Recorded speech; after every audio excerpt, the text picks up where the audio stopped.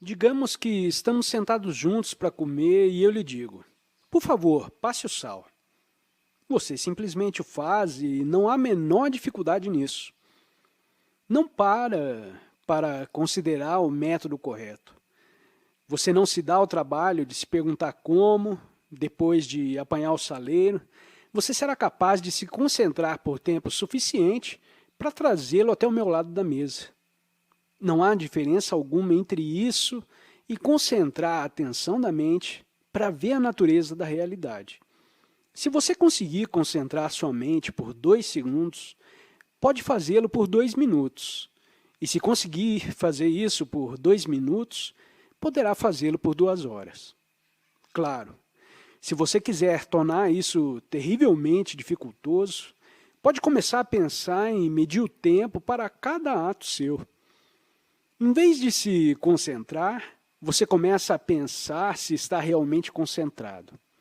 Há quanto tempo está se concentrando e por quanto tempo consegue continuar assim. Tudo isso é totalmente inútil. Concentre-se por 1 segundo. Se depois desse tempo sua mente se distrair, concentre-se por mais 1 segundo e depois outro. Ninguém precisa se concentrar mais do que 1 segundo. É por isso que não faz sentido medir o tempo para cada ato seu. Competir consigo mesmo e se preocupar com seu progresso e seu sucesso nessa arte. É simplesmente a boa e velha história de facilitar um trabalho difícil dando um passo de cada vez. Há talvez outra dificuldade. Nesse estado de concentração, de atenção clara e plena, o indivíduo não tem nenhum eu. Isso é, não tem autoconsciência. Porque o que é chamado de eu nada mais é do que uma construção de palavras e memórias, de fantasias que não têm vida própria na realidade imediata. O bloqueio ou obstáculo que muitos de nós sentimos entre palavras e ação, entre símbolo e realidade, é de fato como querer comer um bolo e ao mesmo tempo comê-lo. Queremos satisfazer a nós mesmos, mas ao mesmo tempo tememos que, se nos esquecermos de nós, não haverá satisfação.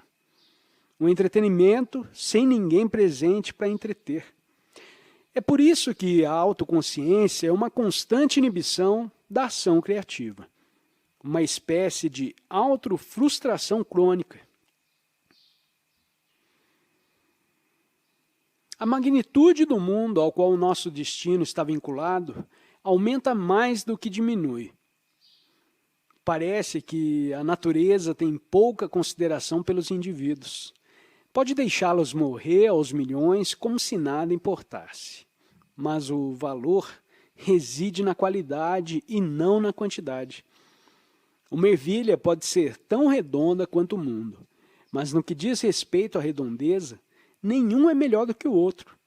E o homem é em si mesmo um pequeno universo. A organização de sua mente e de seu corpo é tão complexa quanto a organização das estrelas. Podemos dizer, então, que governar o universo de um homem é menos importante porque seu tamanho é diferente? Obrigado por ter assistido a mais esse vídeo. Deixo o convite para você se inscrever no canal e compartilhar o conteúdo com quem você achar que precisa ouvir essa mensagem. Um grande abraço e até o próximo vídeo.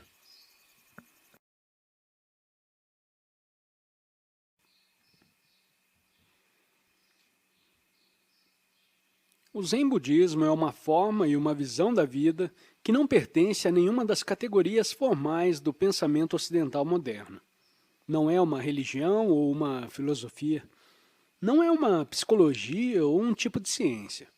É um exemplo do que é conhecido na Índia e China como um caminho de libertação. E é similar, nesse aspecto, ao taoísmo, ao Vedanta e à Yoga. Como logo será óbvio, um caminho de libertação pode não ter uma definição positiva. Ele tem que ser sugerido ao dizer o que ele não é. Como o escultor revela uma imagem através do ato de remover pedaços de rochas de um bloco. Historicamente, o Zen pode ser considerado como o cumprimento de longas tradições das culturas indianas e chinesas, apesar de ser realmente muito mais chinês do que indiano, e desde o século XII ter se enraizado profundamente e mais criativamente na cultura do Japão. Como fruto dessas grandes culturas e como um exemplo único e peculiarmente instrutivo de uma forma de libertação, o Zen é um dos mais preciosos presentes da Ásia ao mundo. As origens do Zen são tanto taoístas quanto budistas, e porque seu aroma é tão peculiarmente chinês, talvez seja melhor começar indagando pela sua linhagem chinesa, ilustrando, ao mesmo tempo, o que se quer dizer por forma de libertação, tomando como exemplo o taoísmo. Muito da dificuldade e mistificação que o Zen apresenta para o estudante ocidental é o resultado da sua não familiaridade com os modos chineses de pensar, modos que diferem surpreendentemente dos nossos e que, por essa razão, têm valor especial para ganharmos uma perspectiva crítica sobre nossas próprias ideias. O problema aqui não é simplesmente o de tornar-se um especialista em ideias diferentes das nossas próprias, como, digamos, as teorias de Kant diferem das de Descartes, ou aquelas dos calvinistas que diferem das católicas. O problema é compreender as diferenças nas premissas básicas do pensamento e dos próprios métodos do pensar. E esses são tão frequentemente ignorados que nossas interpretações da filosofia chinesa têm a tendência de serem projeções de ideias caracteristicamente ocidentais na terminologia chinesa. Essa é a desvantagem inevitável de estudar a filosofia asiática pelos métodos puramente literários do conhecimento ocidental, pois as palavras podem comunicar apenas entre aqueles que compartilham experiências similares. Não se deve ir tão longe dizer que uma linguagem tão rica e sutil quanto o inglês é simplesmente incapaz de expressar as ideias chinesas. Pelo contrário, ela pode dizer muito mais do que alguns estudantes chineses e japoneses do Zen e taoísmo, cuja familiaridade com o inglês deixa algo a desejar, acreditam ser possível. A dificuldade não é tanto na linguagem quanto nos padrões de pensamento que pareciam até aqui inseparáveis da maneira acadêmica e científica de tratar um assunto. A inadequação desses padrões para temas tais como o taoísmo ou o Zen é em grande medida responsável pela impressão que a mente oriental é misteriosa, irracional e inescrutável. Ademais, não se deve supor que essas questões são tão peculiarmente chinesas ou japonesas que elas não têm ponto de contato com nada de nossa própria cultura. Embora seja verdade que nenhuma das divisões formais da ciência e do pensamento ocidental correspondem a modos de libertação, o estudo maravilhoso de R. H. Bleich, do Zen na literatura inglesa, mostrou muito claramente que os conhecimentos essenciais do Zen são universais. A razão por que o taoísmo e o Zen apresentam à primeira vista tal quebra-cabeça para a mente ocidental é que nós tomamos uma visão restrita do conhecimento humano. Para nós, quase todo o conhecimento é o que um taoísta chamaria de conhecimento convencional, porque não sentimos que realmente sabemos de qualquer coisa, ao menos que possamos representá-la para nós mesmos em palavras, ou algum outro sistema de signos convencional, tal como a notação da matemática ou da música.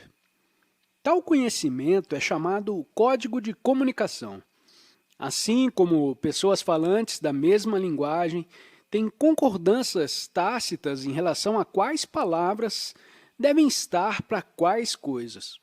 Da mesma forma, os membros de toda a sociedade e toda a cultura estão unidos pelos laços de comunicação que dependem de todos os tipos de acordos, tais como a classificação e a valoração das ações e coisas.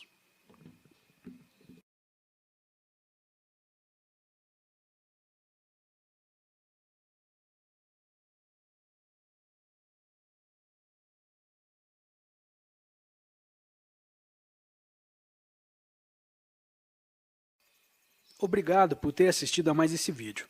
Deixo o convite para você se inscrever no canal e compartilhar o conteúdo com quem você achar que precisa ouvir essa mensagem.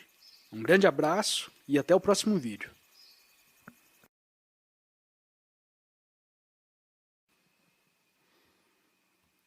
Assim, a função da educação é a de fazer as crianças se adequarem a uma sociedade ao persuadi-las a aprender e aceitar os códigos, as regras e convenções da comunicação por meio da qual a sociedade mantém-se unida. A primeiro, a linguagem falada. A criança é ensinada a aceitar a árvore e não um bojum como um signo aceito para aquilo, apontando o objeto. Não temos dificuldade em entender que a palavra árvore é uma questão de convenção. O que é muito menos óbvio é que a convenção também governa a definição da coisa a qual a palavra é atribuída. Pois a criança deve ser ensinada não somente o que as palavras são para representar tais coisas, mas também a maneira a qual a sua cultura concordou tacitamente em dividir as coisas uma da outra, para marcar as fronteiras dentro de nossas experiências diárias. Assim, as convenções científicas decidem se uma enguia é um peixe ou uma cobra, e as convenções gramaticais determinam quais experiências devem ser chamadas de objetos e quais devem ser chamadas de eventos ou ações. É possível ver quão arbitrárias tais convenções podem ser a partir da questão: o que acontece com meu punho quando abro a minha mão? O objeto miraculosamente desaparece, porque uma ação foi disfarçada por uma parte do discurso usualmente atribuída a uma coisa. Em inglês, as diferenças entre as coisas e as ações são claramente distintas, mesmo que nem sempre logicamente, porém um grande número de palavras chinesas remete tanto um nome quanto para um verbo. Assim, alguém que pensa em chinês tem pouca dificuldade em ver que os objetos são também eventos, que nosso mundo é uma coleção de processos em vez de entidades. Além da linguagem, a criança tem que aceitar muitas outras formas de código, pois as necessidades da vida, em conjunto, requerem acordos em relações às leis e éticas, etiqueta e arte, pesos, medidas e números, e, sobretudo, função. Temos dificuldade em comunicar um com o outro, ao menos que possamos identificar nós mesmos em termos de papéis. Pai, professor, trabalhador, artistas, pessoa normal, cavalheiro, esportista e assim por diante. Até onde nos identificamos com esses estereótipos e com as regras de comportamento associadas a eles. Sentimos que somos alguém porque nossos colegas têm menos dificuldade em nos aceitar. Isso é, em identificar e sentir que estamos sob controle. Um encontro de dois estranhos em uma festa é sempre um tanto quanto embaraçoso, quando o anfitrião não identificou os papéis deles, apresentando-os, pois ninguém sabe quais regras de conversação e ação devem ser observadas. Mais uma vez, é fácil ver o caráter convencional dos papéis, pois um homem que é um pai pode ser também um doutor e um artista, assim como um empregado e um irmão. E é óbvio que mesmo a soma total desses rótulos estará longe de suprir uma descrição adequada do próprio homem, mesmo que possa colocá-lo em certas classificações gerais. Mas as convenções que governam a identidade humana são mais sutis e muito menos óbvias do que essas. Aprendemos muito minuciosamente, apesar de muito menos explícito, a nos identificar com uma visão igualmente convencional de mim mesmo, pois o eu convencional, ou a pessoa, é composta principalmente de uma história, consistindo de memórias selecionadas, iniciando a partir do momento do nascimento. De acordo com a convenção, não sou apenas o que estou fazendo agora. Eu também sou o que fiz, e minha versão, convencionalmente editada no meu passado, é feita para que o meu eu pareça mais real do que aquilo que sou nesse momento. Pois o que sou parece tão transitório e intangível, mas o que fui é fixo e final. É uma base firme para predições do que serei no futuro, e então eu estou mais intimamente identificado com o que não existe, mais do que com o que realmente existe. Obrigado por ter assistido a mais esse vídeo. Deixo o convite para você se inscrever no canal e compartilhar o conteúdo com quem você achar que precisa ouvir essa mensagem. Um grande abraço e até o próximo vídeo.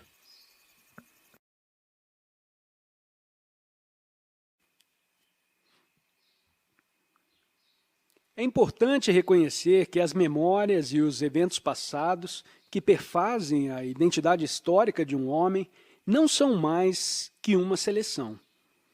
Na infinitude real de eventos e experiências, algumas foram selecionadas, separadas como significantes, e essa significância foi claramente determinada pelos padrões convencionais, pois a própria natureza do conhecimento convencional é que ele é um sistema de abstrações. Ele consiste em signos e símbolos, cujas coisas e eventos são reduzidos aos seus contornos gerais, como o caractere chinês Zhen está para homem, por ser a máxima simplificação e generalização da forma humana. O mesmo é verdade para palavras, mesmo as que não são ideogramas. As palavras inglesas para homem, peixe, estrela, flor, correr, crescer, todas denotam classes de objetos ou eventos que podem ser reconhecidos como membros de suas classes por atributos muito simples, separados da total complexidade das próprias coisas. A abstração é assim, quase uma necessidade para a comunicação, desde que ela nos capacita a representar nossas experiências com compreensões simples e rapidamente feitas da mente. Quando dizemos que podemos pensar apenas uma coisa por vez, isso é como dizer que o Oceano Pacífico não pode ser engolido em um gole. Ele tem que ser tomado em um copo e engolido aos poucos. As abstrações e os signos convencionais são como o copo. Eles reduzem a experiência a unidades suficientemente simples para serem compreendidas uma por vez. De maneira similar, as curvas são medidas reduzindo-as a uma sequência de pequenas linhas retas, ou pensando-as nos termos dos quadrados que elas cruzam quando plotadas em papel grafado. Outros exemplos do mesmo processo são a fotografia de jornal e a transmissão da televisão. Na primeira, uma cena natural é reproduzida em termos de luz e pontos mais escuros, arranjados nos padrões de tela ou de grade para dar a impressão geral de uma fotografia em branco e preto, quando vista sem uma lupa. Por mais que pareça a cena original, ela é apenas uma reconstrução da cena utilizando-se pontos. Assim como nossas palavras convencionais e pensamentos são reconstruções da experiência utilizando-se de signos abstratos. Ainda mais parecida com um processo de pensamento, a câmera de televisão transmite uma cena natural utilizando-se de uma série linear de impulsos que podem ser transmitidos por um fio. Assim, a comunicação por signos convencionais desse tipo nos dá uma tradução abstrata, um por vez, de um universo onde as coisas acontecem todas de uma vez. Um universo cuja realidade concreta sempre escapa à descrição perfeita nesses termos abstratos. A descrição perfeita de uma pequena partícula de poeira por esses meios levaria uma eternidade, pois seria necessário explicar cada ponto em seu volume. O caráter linear, um por vez, do discurso e pensamento é particularmente perceptível em todas as linguagens que usam alfabetos, representando a experiência em longas séries de letras. Não é fácil dizer por que devemos comunicar com os outros e com nós mesmos através desse método um por vez. A própria vida não evolui desse modo linear, ineficiente, e nossos organismos dificilmente poderiam viver por um momento se tivessem que se controlar pensando em cada respiração, cada batida do coração e cada impulso neural. Porém, se buscamos alguma explicação para essa característica do pensamento, o sentido da visão oferece uma analogia sugestiva, pois temos dois tipos de visão, central e periférica. Assim como um holofote que pode iluminar em um pequeno ângulo e outro que ilumina em uma grande angulação. A visão central é usada para trabalhos de precisão, como a leitura, na qual os nossos olhos estão focados em uma pequena área de cada vez. A visão periférica é menos consciente, menos brilhante do que o raio intenso do holofote de pequeno ângulo. Nós a usamos para ver à noite e para tomar nota subconsciente de objetos e movimentos que não estão na linha direta da visão central. Diferentemente do holofote de pequeno ângulo, ela pode encapsular muitas coisas em um só momento. Existe então uma analogia, e talvez mais do que uma mera analogia, entre a visão central e a consciência. O pensamento, um por vez, e entre a visão periférica, e o processo um tanto quanto misterioso que nos capacita a regular a incrível complexidade dos nossos corpos sem pensar. Deve ser notado que chamamos os nossos corpos complexos como um resultado de tentar compreendê-los em relação ao pensamento linear de palavras e conceitos. Mas a complexidade não está tanto em nossos corpos quanto na tarefa de tentar compreendê-los por intermédio do pensamento. É como tentar discernir as características de um grande cômodo com nenhuma outra luz além de um único raio brilhante. É tão complicado como tentar beber água com um garfo em vez de um copo.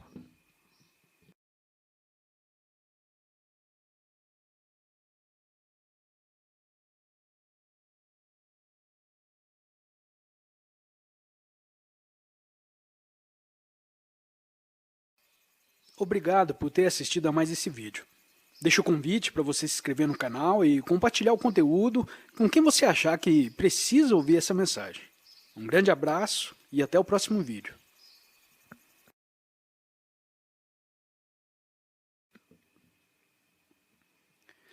Nesse aspecto, a linguagem escrita chinesa tem uma pequena vantagem sobre a nossa, e é talvez sintomático de uma forma diferente de pensar.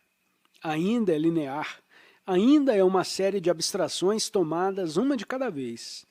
Mas seus signos escritos são um pouco mais próximos da vida do que as palavras soletradas, porque elas são essencialmente figuras. E como um provérbio chinês o coloca, um mostrar vale mais que centenas de provérbios. Compare, por exemplo, a facilidade de mostrar a alguém como fazer um nó complexo com a dificuldade de dizer como fazê-lo apenas com palavras. Hoje em dia, a tendência geral da mente ocidental é a de sentir que nós realmente não compreendemos o que não podemos representar, o que não podemos comunicar por signos lineares, pelo pensamento. Somos como uma pessoa inibida que não consegue aprender uma dança ao menos que alguém desenhe o diagrama dos passos, que não consegue pegá-los pelo sentimento. por alguma razão, não acreditamos e não usamos totalmente a visão periférica das nossas mentes. Aprendemos música, por exemplo, ao restringir todo o alcance de tons e ritmos a uma notação de intervalos tonais e rítmicos fixos. Uma notação que é incapaz de representar a música oriental. Mas o músico oriental tem uma noção simples de que usa apenas para relembrar de uma melodia. Ele aprende música não através da leitura das notas, mas ao ouvir a performance de um professor, sentindo-a e copiando, e isso o capacita a adquirir sofisticações rítmicas e tonais equiparadas apenas por aqueles artistas de jazz ocidentais que utilizam a mesma abordagem. Não estamos sugerindo que os ocidentais simplesmente não utilizam a mente periférica. Sendo humanos, utilizamos-nas a todo momento, e todo artista, trabalhador e atleta emprega algum desenvolvimento especial de seus poderes, mas ela não é academicamente e filosoficamente respeitável. Começamos dificilmente a compreender suas possibilidades e raramente, se alguma vez ocorre-nos que um de seus usos mais importantes é para aquele conhecimento da realidade que buscamos alcançar, através dos difíceis cálculos da teologia, metafísica e da inferência lógica. Quando nos voltamos para a sociedade chinesa antiga, encontramos duas tradições filosóficas atuando em complementariedade, o confucionismo e o taoísmo. Falando geralmente, o primeiro relaciona-se com as convenções linguísticas, éticas, legais e rituais que provém à sociedade o seu sistema de comunicação. O confucionismo, em outras palavras, preocupa-se com o conhecimento convencional e, sob seus auspícios, as crianças são educadas para que suas naturezas erráticas e caprichosas se adequem ao leito procrustiano da ordem social. O indivíduo define a si mesmo e seu lugar na sociedade em relação à fórmula confuciana. O taoísmo, por outro lado, é geralmente a busca dos homens mais velhos, especialmente de homens que estão se aposentando da vida ativa na comunidade. A aposentadoria deles da sociedade é um tipo de símbolo externo da libertação interna, dos laços, dos padrões convencionais de pensamento e conduta. Pois o taoísmo preocupa-se com o conhecimento não convencional, com o entendimento da vida diretamente, em vez dos termos abstratos e lineares do pensamento representacional. O confucionismo preside, então, sobre a tarefa socialmente necessária de forçar a espontaneidade original da vida em regras rígidas de convenção, uma tarefa que envolve não somente conflito e dor, mas também a perda daquela naturalidade peculiar e da não autoconsciência, pelas quais as crianças são tão amadas e que são às vezes recuperadas pelos santos e sábios. A função do taoísmo é a de desfazer o inevitável dano dessa disciplina, e não somente restaurar, mas também devolver a espontaneidade original, que é chamada de Tsujan, ou naturalidade, pois a espontaneidade de uma criança ainda infantil, como tudo em relação a ela. A sua educação estimula sua rigidez, mas não sua espontaneidade. Em certas naturezas, o conflito entre a convenção social e a espontaneidade reprimida é tão violenta que ela se manifesta no crime, insanidade e neurose, que são os preços que pagamos pelos benefícios sobre outros aspectos indubitáveis da ordem.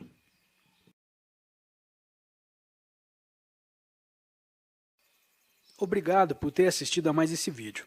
Deixo o convite para você se inscrever no canal e compartilhar o conteúdo com quem você achar que precisa ouvir essa mensagem. Um grande abraço e até o próximo vídeo.